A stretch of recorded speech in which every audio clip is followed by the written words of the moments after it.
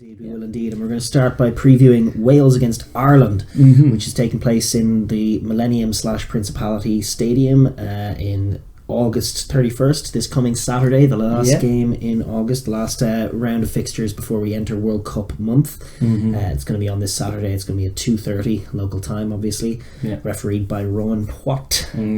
And Ireland's team seems to have leaked. We seem to know what their team is, but we don't quite, as of this moment on Wednesday evening, know what Wales's team will be. So, how do you see this one going? Well, not great. Well, I suppose we better begin with, as I said, the post-mortem. And from Ireland's point of view, we obviously haven't seen Wales for a couple of weeks because their last fixture out was in Cardiff against England. And they cleaned house a fair bit based on their first showing. Really ironed out a lot of creases, hit their straps a little. Bigger had a great game. And really, they deserved to get that win just over England. They both had chances, but it was a good. No, Wales were they were better. The better side, the better of the two, and deserved their win and got their warm ups off to a good. Kind of got them back on track after the Twickenham embarrassment the week before. But little did we know that it didn't even qualify because Ireland's Twickenham endeavours were pretty shocking and pretty harmful. I have to think because he did pick. With a few exceptions, from the likes of James Ryan, Johnny Sexton obviously rested and stuff like that, but by and large that was quite a strong Ireland team to go out and try and make a bit of a statement, and they really didn't, or they'd made the wrong kind of one, because they were physically just nowhere near where England were at all, which was something that was hinted before the week, but just some of the inaccuracy in their play, and then some of the tameness of the defeat and the defence in essence was not encouraging. There is mitigation. It was always, looking at it, it was always a scary game. It always had the potential to be a very, very dangerous game because England, obviously, August in the sunshine in Twickenham, they love it. It's perfect conditions for them. They had 2 games warm up.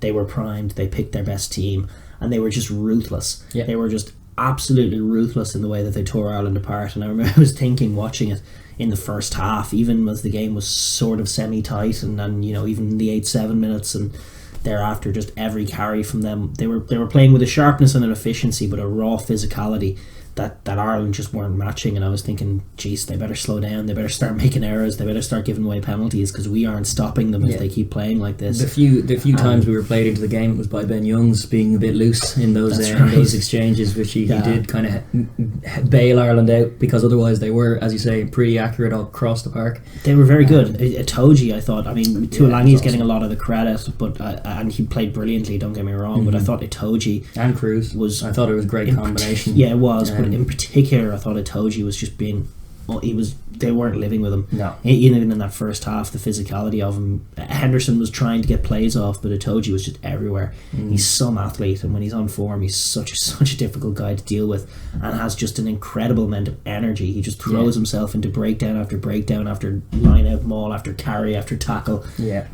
Sublime player, and it really was. It was, from England's perspective, as flawless as it comes. They caused Ireland problems in the scrum. They completely nullified them at the line out. Their breakdown when Ireland had the ball was always slow and always attacked, and then when England had the ball, they were absolutely ruthless. One of the things that we have been sceptical on from England's perspective is getting the 10-12 axis with Ford and Farrell, but I kind of liked the variation because it allowed it put Tuilagi at 13, and I think they want Tuilagi at 13 because of what it allows Ford and Farrell to do. When Tuilagi is opposite the defensive 13, that 13 very usually has the job of shutting down and getting the ball to the outside, but they can't really do that when they're opposite a giant like Manu, and you saw that with Gary Ringrose being sat down. He was on his flat feet, he was forced to stay and watch Tuilagi, which in turn just opened up the space for Ford and Farrell. And they didn't kick the ball. Like they distributed the 2 distributors. It was all a passing game, and they didn't kick the ball very much, which is what they would do with Slade at 13, which I still think will be their first choice. Their go-to. It'll depend on who they're playing. They've obviously felt that to play this Ireland team this way, they did want to use Manu as the decoy that he was, because he'd caused such problems for us from 12 earlier in the year, that you knew that picking him at 13 does make that Ford Farrell option a bit more viable, if for no other reason that he does offer that physicality in the centre of the park when they're on the other side of the ball. But it does, as you say, he did get one try, but a lot of the tries were born of him sitting down. Both Gary and Bundy, really, they were both caught very narrow very often, and there was a disjointedness or disjointed nature to the Irish defensive line that was really just due to Manu's presence at any line he was running. That said, every single time that England haven't selected Manu Tuilagi at 12, the opposition 12 has managed to run through and get a try, and that trend was continued. Yes, that's true. One day Kelly did grab one. Yes, as futile as it ultimately was, but that is an interesting little tidbit. Yeah, no, definitely. Like, I do think Ford Farrell is a secondary option to Farrell with Tuilagi at 12 and Slade outside him. For myriad different reasons, including the physicality, but also the extra kicking game, the extra left footer you have in the back line. It just, I think it adds a lot more and is a bit neater and more balanced than I think Ford and Farrell sometimes. If a team were to front up and stop Tuilagi, I think they become a bit kind of overly deep and I agree. I definitely agree. If Tuilagi stops being effective in that role, you got more options with Farrell and Slade, and I think that is what they'll go for first time. There is so much more we could talk about England. We could talk about how good Kyle Sinclair was. The back row were outstanding. Two flankers and Billy Vunipola. Yeah, all of them can steal, and then I told you was getting steals as well. They made a nightmare of the breakdown. Every area they were sublime, but as they're not playing this weekend, and we do have to move on, we are going to just speak on Ireland's performance, and we will get deeper into England and how good this was for their preparation in previewing the next game that they have. But obviously from Ireland's perspective, everything that was good about England you felt was bad about Ireland. I feel like that there is a lot of process stuff that you can get into with this performance. There's a lot you can talk about, like every functional area that Ireland like to pride themselves on. Line out defence, all pretty bad. Accuracy wise, indeed. Every single thing that they did wrong. But I just feel like in the context of this game, it you can't really even read too much into that when you're just not at the physical and seemingly like emotional and mental peak. It's a bit of a cliche, there wasn't enough passion in the performance thing. It's something that you hear these sort of vapid pundits maybe make that point a little bit, but it's definitely something that was missing from Ireland's game at the weekend. Is just being it's rare you see them so toothless in Twickenham of all places as well. But then the World Cup warm-ups are ones where you do see kind of random performances like that are a bit shorn of passion. It was a bit French like. They were completely out of the game, and they will be worried just by their inability to handle that physical edge. And I think that's the first thing that they need to get right. Rather than filling the players' heads with a bunch of process stuff about you did XYZ wrong, your spacing was wrong here.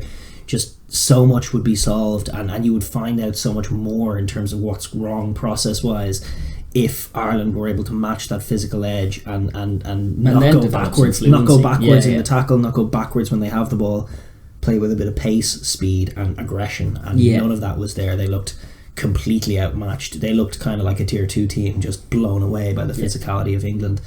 And certainly, as you say, the starting team, guys like Josh van der Fleer, who you've never seen bundled off just every single time. Josh was manning Manu when he was coming short, and he was just no match for him.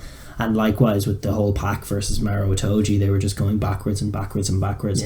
And it's just the kind of thing that snowballed. There wasn't a lot of leadership out there, and leadership in terms of making plays to get them back into the game. One of the few positives, curiously, and it's going against leadership, but Ross Byrne actually I thought went okay despite all that. He had no, as you say, leadership there to kind of dig him out of it, and he did seem to keep his head all right, but he was obviously when the pack is being outmatched to that extent, it's not going to fall on the 10 really, other than try and kick them out of trouble, which he did once or twice, but it was it was all a losing effort really. A few things concerning things like Murray looking very soft from 9 and then going off. Like, some of that is to do with, obviously they just had one game against Italy and then 2 more weeks of intense training in Portugal. A lot of these guys didn't play so then straight out to Twickenham against a kind of primed England team. And they're definitely at different stages of their development in the run into this World Cup, and that can't be understated. But at the same time, I've never seen a team ship 57 points the month before the tournament and then go on to win the tournament or have a great tournament. It's not a great sign. Generally that doesn't happen, and the fact that they were so far beyond them is obviously concerning. It is a factor that England and Twickenham in that kind of mood can just be a very dangerous proposition for anybody. But when they slow down, and there were moments where they weren't quite right, when Ben Youngs was making errors to leave Ireland in the game, to not get anything off was massively concerning. To not seemingly win a contact or get an offload away outside of that first opening couple of minutes. Yeah, first 10 minutes. Carney impressed by throwing some passes and getting an offload away. Stockdale's chip and chase, obviously, still a good play in him that we can go to for the Larmer score. Bundy Akik popping up with a great finish. That's encouraging as well. A bit defiant, but it's good to see that he still has that in him, which is basically what he does for Connacht all season long. I definitely don't disagree with that, and Ian Henderson had one or two as well. But just in general, not to be at that physical edge and just to be manhandled. I mean, I thought a great summary for the game was Cian Healy going into contact by himself and getting literally picked up by Maro Itoje and swung around like a rag doll. Like, that's Cian Healy. That's one of our main sources to go forward and raw physicality, and just getting completely handled by Maro Itoje after doing a load of fitness work, which is you can say heavy-legged, but definitely a concern. It's not. I don't think it's necessarily terminal, but it's definitely. One thing, Cian Healy's injury is one of the worst takeaways from it. He went over with a sprained ankle, is reported, but it's just the fact that he's done so much injury to those ankles before, and the amount of pressure that a loose head prop is putting on them anyway. That is a concern, because we've often stated on this podcast that Cian Healy is fairly vital to Ireland's chances going forward. Yeah. So we'd hope that he'll be all right. But yeah, things like all the performances from Peter O'Mahony, heavy-legged does cover some of it, but like you're saying, to be absolutely not at the races entirely is deeply concerning. But that being said, it's the difference is to not be able to get plays off when you're under that kind of pressure. I mean, Scotland shipped 31 consecutive points against an England team in a similar kind of mood. Yeah. And they kind of showed in that second half just how brittle that English confidence can be. If you run off a couple of tries and catch them sleeping, you can rattle them, and they can become a different team, and then they can let you into the game. But you can only really do that if you can execute the plays. And I thought the most concerning aspect of the game, bar none, was when Ireland were down. They were attempting to exit wide from deep with a passing game, and on a few occasions it was loose passing. It never got outside first centre. The skills seemed to be deficient, and that was definitely not good. Even when you're under pressure, you have to be able to bail yourself out, be able to execute simple skills plays. Yeah, I think I'm remembering one in particular where they had CG at first or second receiver and had him to run pull back past to Rosper, and he just pulled it back behind them to create a scramble in our own 22. That was a constant theme, and that was definitely concerning. It just means that Ireland have to be you have to get Ireland at that very physical peak where they're competing with teams where they're pumped up for the game. Like, the best Ireland teams are savage. Yeah. And that was the biggest difference, I thought, actually. Very little savagery on display in all of it. Yeah, well, what I was going to say is it was one of the points that Joe had made, was the turnaround that New Zealand did against Australia. Against Australia, exactly. The weak turnaround and how different it was. And Joe had said, they did that by taking out a bunch of established players, and that was his takeaway. But my biggest takeaway was from that game was just the difference in physicality and the difference in sort of attitude in that second game. The All Blacks were hurting the Wallabies. Yeah, they were mean. They were mean. They were hitting them beyond the ruck. They were doing semi-illegal things, but they were not having the Wallabies run over them in Eden Park. And it's that sort of attitude. You do forget, at times, this is a fight, especially up front in these top-tier games. You're not in the game if you can't be in the fight. Yeah. And Ireland weren't in the fight at the weekend, and England were in no mood to let them off the hook. Yeah. So it's a pretty depressing drubbing, makes for depressing reading. As far as an Irish fan's concerned, 57-15 is unprecedented, records broken or records equalled in terms of defeat. It is somewhat anomalous in terms of just you won't expect us to be as you say, just detached from seemingly where your headspace needs to be for a game again. I expect we won't see that again at all, even in these warm-up games. Even though it's Cardiff again this time, I'd expect to see more fight from just a bit more attitude from players involved, guys who we know can make tackles, making tackles. That was shocking. 22 missed tackles in the first half. 34 overall. It's like you can't go into an England fixture with that at all. But it's in terms of who they've selected this week, the concerns you raise about the catch pass, I'd expect that to be slightly better this week, based on the combinations. Even looking at the back row, it's not an established back row that we've gone with at all, but this is based off a leaked team now. This hasn't actually been named officially, but seemingly it's going to be. The rugby pass snakes seem to have got it again. They always seem to have the scoop. So the back row seemingly is Byrne at 6, Peter O'Mahony shifted to 7, which I'm okay with. He plays a lot like a 7 anyway. So does Clyde Byrne anyway. So, yeah, so it's two jacklers. And then Jack Conan, ball playing number 8, which is something I've wanted in the team for quite a while. I can't stand the fact that CJ is in the Ireland team for so long. Yeah, that back row is a lot of fun. It is also almost all... there's no real workhorse in it. It's much more playmakers. So there's a workhorse deficiency there. But there is in the row, though. In the row, I was just going to say, in the row, that it's sort of made up for by the two most physical guys we have, in Ian Henderson and James Ryan. Niall Scannell gets the nod at hooker after Rory Best and co getting a huge lynching. Still questions over that line out. That means that the hooker is going to be Munster, and we have an Ulster and a Leinster lock. It's amazing how quickly it can all fall apart at the line out. Just a few different things. There was uncertainty everywhere in the Irish line out last week, and Rory Best got a lot of stick for it. There were some weak throws from him, but there was also some questionable lifts and some weird timings on some of the stuff. There was just weird calls. There was a line out on our own line when there was all kinds of deception and manipulation, and Irish players running from front to the back to the front to the back, and then at the end the move was a throw to the back of the line out, and the Irish boys are running, and Rory Best throws sort of a loopy, slow throw, and literally while the Irish have been doing all that, George Cruz is just standing in one position, and then as soon as he threw it, he was like, "Oh, that's to me." Up he went and caught it, and it was a nonsense.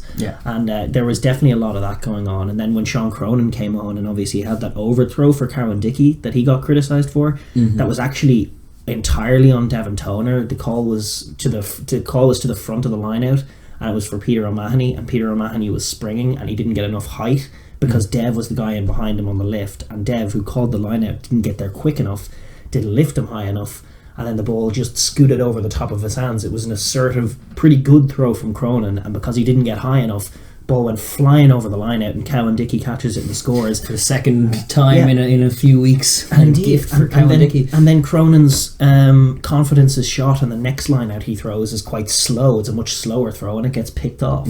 And it's just this is the kind of thing that can snowball when there isn't effective leadership and playmaking going on in the team, which there wasn't that day, and that is a concern. They have to be sharper in all of those guys areas. have to make plays. It is why the team that has been leaked is the full Munster front row to go with the back 5 that we named: Kilcoyne, Scannell and Ryan. And the back line has been Marmy and Carty, the Connacht combination, halfback with Aki and Farrell in the centre, and Stockdale on the left, Conway on the right, and Will Addison getting run out, apparently got a chance. If he plays well, he's got a chance to make the squad. There's definitely more scope for playing ball in that team entirely. Not just because of Addison at fullback, which is someone we've talked about, playmakers at fullback and stuff. We've done that in depth on this podcast, but also things like I think those two halfbacks are quick anyway, Carty and Marmion, and I think there's such a seminal role in the number 8 being able to distribute. That really stalls Ireland in many intangible ways, where sometimes the blame for the move breaking down gets shifted further along, but I think there's the fact that CJ is in there in such a defensive role and in such a predictable ball in hand role. He doesn't offer any link between forward and back. That's all falls on 9 and 10, which in turn makes us predictable. Whereas in years gone by, when you had Jamie Heaslip, who's a total footballer who can do the physical enforcer role and the ball playing skills, now we have a more of a toss up where it's like, well, do we want to play ball? We'll go with Jack Conan, but that may sacrifice some physicality. We'll go with CJ, but it's an either or situation seemingly, which is why I think Jack Conan is primed to take that jersey from CJ, because I think he's capable of being more physical than I definitely like the dexterous nature of that back row, and I think it actually makes for a decent back row battle this weekend. Obviously Wales, you don't know what they're going to do. It's their last game. They could go full throttle on it and get the big boys out, who I believe are Moriarty and Navidi and Tipperick.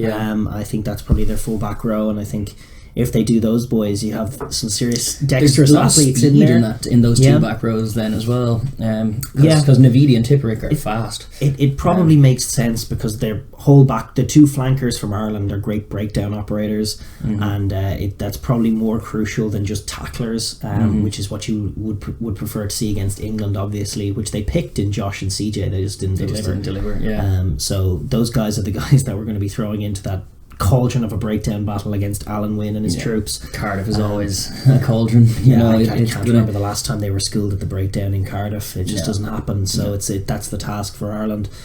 from Wales's perspective, what would you do? Are you picking the full team? I don't know. Yeah, there's still potential to experiment a little bit. They still have to answer who's behind Biggar at 10. So that's one of the main question marks they have with Wales. Like they could, because it's in Cardiff and they want to get the win, roll out Biggar again, and he could have another Rolls Royce of a performance and look great. But that still doesn't answer the question of who's going on the plane with him. I think Biggar has answered the question of who's the starting 10. It's Dan Biggar. Yeah, and now I think you're in that little scramble between Jared Evans and Reece Patchell.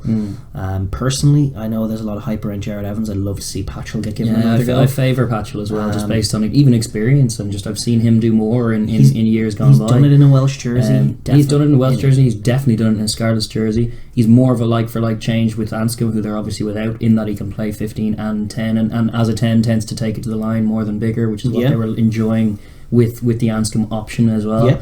So I think Patchell makes a bit more sense, but then we're just not privy to anything that's going on in training. Don't know what his form's like. Haven't seen him. Yeah, but that's the point. Is that the game is the real test, and that's what you'd like to see Patchell get given a go.